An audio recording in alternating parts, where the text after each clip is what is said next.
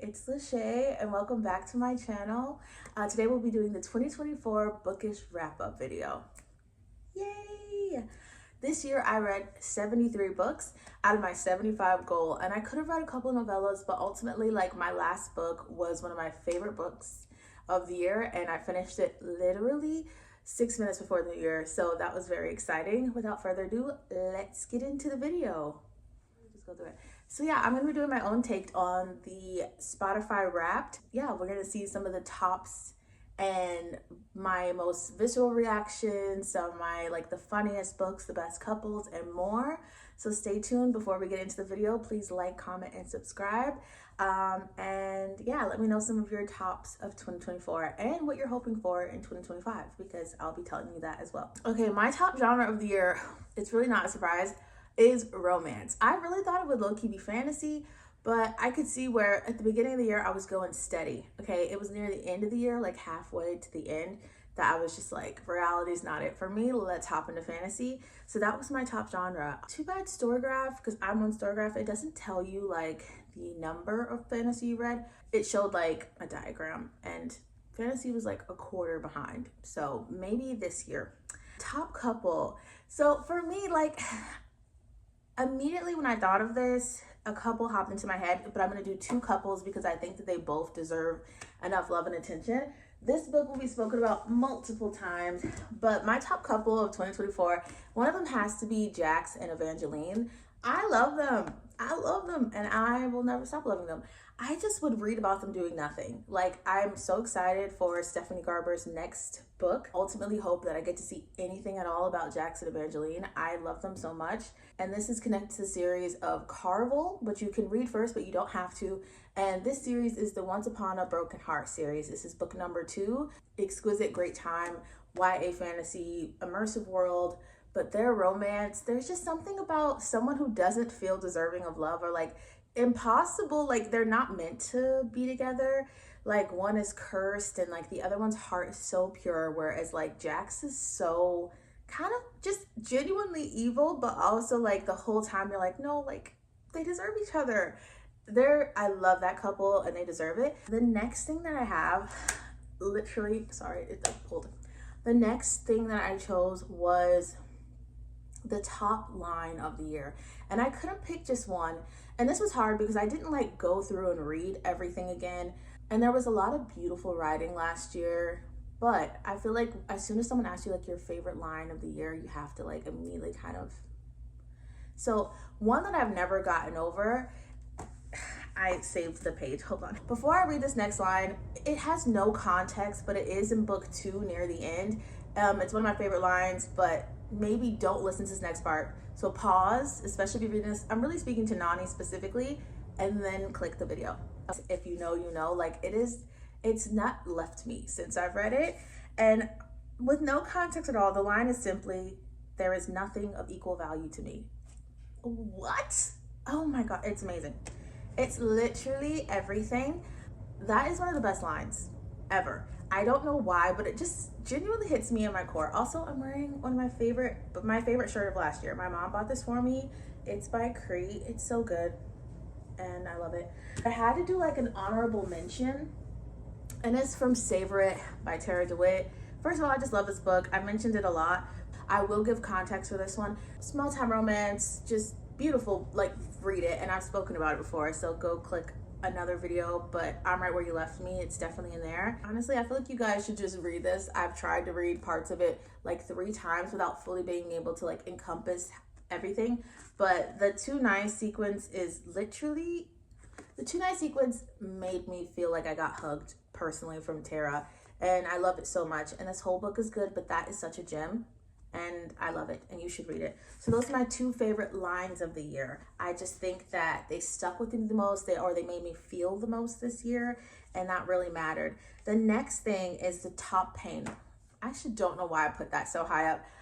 I didn't have to think about this one. I don't cry when I read, like literally ever. And this one, my mouth fell open, and I remember sitting there kind of like gobsmacked, and I like felt my eyes water, and I almost cried. And even noting that in my brain made me start laughing. It was insane. And that has to go to none other than Goldfinch by Raymond Kennedy. This book is 6 books deep. This is the last and final one in the gold-plated Prisoner series. And I had been reading it for years. We've been on quite the journey. And spoiler alert, but I won't tell you who. A character dies, and I genuinely just did not expect it. And I felt like, I don't know, you think that you know what's going to happen. Death specifically, I couldn't even now. It didn't feel fair. And I think that makes it all the more rich. But it didn't feel fair because of how far this character had gone, what they'd gone through, how far they'd come. And the idea that happiness was so close. Biggest pain comes from Goldfinch. I don't forgive Raven. And again, you like hugged my mom, and you knew what you wrote. Yeah, that one hurt. Easy. The next thing is Top Spice. This goes to the first read of 2024, and to this day, okay, which is over a year later, I love this book. It is called Mercy by Sarah Kate. It is very taboo, very adult. Don't read it. It's not YA. I know I kind of read a mixed bag of things, but this one is super adult. It involves like sex clubs and a dom who is a woman, and it's changed the chemistry in my brain.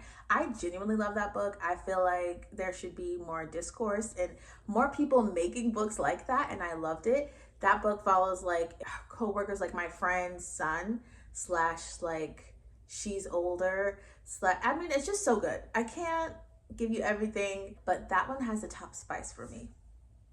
And I think it's also just the intimacy and the gathering of trust, but also things that I'd never read before. And I genuinely love that book, and I'm not ashamed of it in any way. I think it's excellent.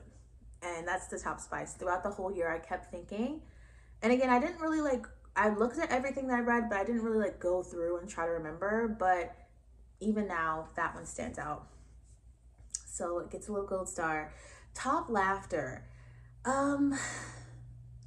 This one, I was trying to think of what made me laugh the most, and I have to give it to Funny Story by Emily Henry, but also The Most Wonderful Crime of the Year. It was another book that I read near the very end, and a first time read by this author, and I genuinely loved it. It just had me chuckling, and it was a great time.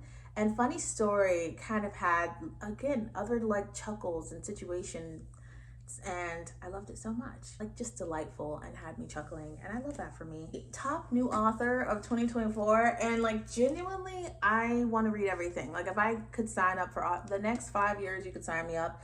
I just have so much faith in this author's talent and writing. This book to me was such an experience. Like, I can wholeheartedly remember like where I was when I read the second book in this duology, and like in finishing it, and I literally love this so much. Top new author goes to Rachel Gillig. It can't go to anyone else. There's no one else that like, I found this person and I felt like, oh my gosh, I felt like I had found treasure. I don't know how people couldn't like this. I love that it's riddles. I love that it's mystery. It's like a dark fantasy. Yeah, it is a dark fantasy. It is a nightmare that lives in a girl's head, and a land that is ill, and a quest to fix that. Both of those things, but everything has a cost. She has another book coming out, and I genuinely cannot wait to read it. Like, yes, top new author goes to Rachel Gillig. This duology is exquisite. The top series has to go, again, we're gonna stay right here. It's going to One Dark Window, the Shepherd King duology. I just haven't had, even past last year, haven't had as good an experience with just reading a full complete story. This made me champion duologies. Also, my best friend Charlene got me this book. Is it not gorgeous? I need to buy the second one, but it's stunning. but I hadn't remembered, like, the word that I would use after finishing this was like satisfied. Like, I read books and there's like, I take them in and I think this was nice, it was cool. It's like eating. Like, I've eaten, it's something that I do. The way that people eat food is sort of the way that I read. I I read, okay, it's what I do. But this, when I realized, like, this was just, I was so deeply satisfied and I loved everything about it. The best eulogy, read both of them. Even if you predict what happens, it's just, I loved everything about it. I don't have any complaints. And I just can't wait to see more from this author. I think that she's spectacular. Number one book of the year, and this should really come as no surprise, even though I don't own it. The paperback is coming out so soon, I believe in February. It's Funny Story by Emily Henry. I have read that book. It basically became a friend for me throughout this year. I have skimmed through it more than any other book by far. It is, oh, my heater.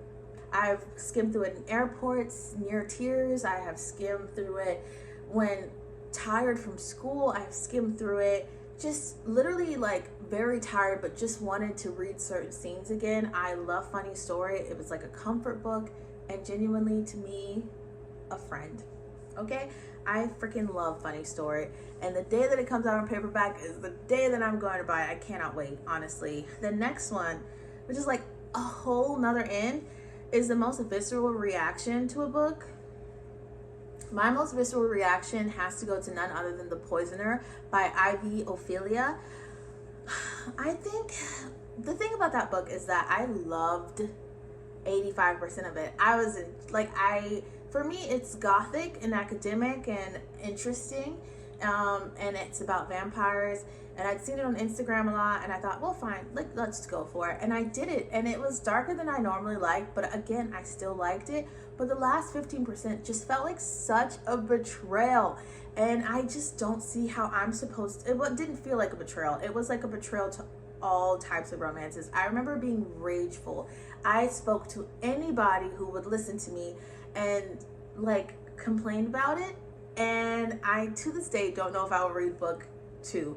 And I like the writing and I want to know what happens, but the idea that I'm supposed to forgive the main male character and that I'm supposed to love him again, like, I need a very good reason.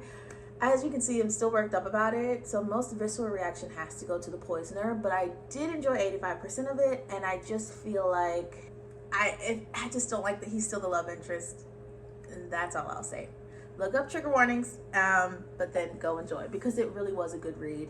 But I'm quite unforgiving, especially with freaking romance. Come on now. Anyway, and that concludes my reading wrap up of 2024. I hope that you enjoyed that. Now I'm just going to chit chat for a while about what I'm hoping to see and hoping to read in 2025. Slash my reading goals. So my reading goal for 2025, I set to 80 books, but I also have a lot of other goals, such as traveling, and I might go back to school, and there's just like so many things that I'm going to be trying to do. So that means that I can't put my number too high. I'm also not going to put too much pressure on making it to that number. I want to make sure that I'm reading books that are actually like One Dark Window, like, and a few of the later books of this year, making me truly happy, and not just reading because at this point it's compulsive and a habit. So that's one of my main goals. And also I would like to read more POC authors slash Black authors. I love reading like these TikTok popular books.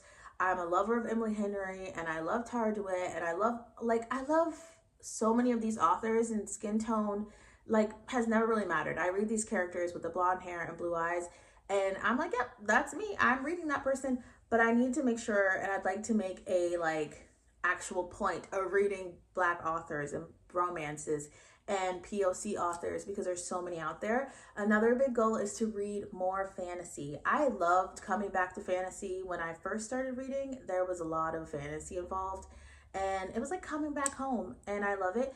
I just hope that I find more series that like truly grip me, and I want a lot of found family and a lot of yearning.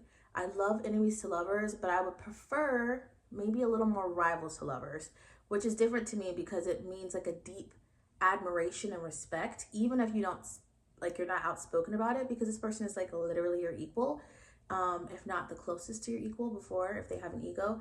And yeah, a lot more found family because it just warms my heart. A lot more angry FMCs is what I'm hoping for. Oh, I would like to read more academic books. My first book of the year was A Dowry in Blood. And I know it's not technically dark academic. I feel like it'd probably be more so put under dark gothic fantasy. I don't know, I'll have to look. But I loved it. And it was amazing. I can't wait to talk about it in my January wrap ups. It made me want to read more things that aren't just giving me like a couple and they are regular. Like, I liked that one. It kind of pushed me a little bit and it was really good. Would also like to read more sports romances. My last book of the year was Unsteady, and I was like, oh my god, I missed this. And it's in its own way found family because you get multiple couples, and I am waiting with bated breath for Unloved. It was, and that's the end of the video. Thank you for watching my 2024 bookish wrap-up video. To hoping that 2025 is some of the best 5-star reads that we have, that some of you out there who are writers as well publish your works, because I need them and the world needs them, I promise. And here's to, yeah, just a more delightful year. Wishing us all the best wherever you are in this world. I hope that you're having a wonderful day, evening, night, and life. And until next time, I'll see you next time.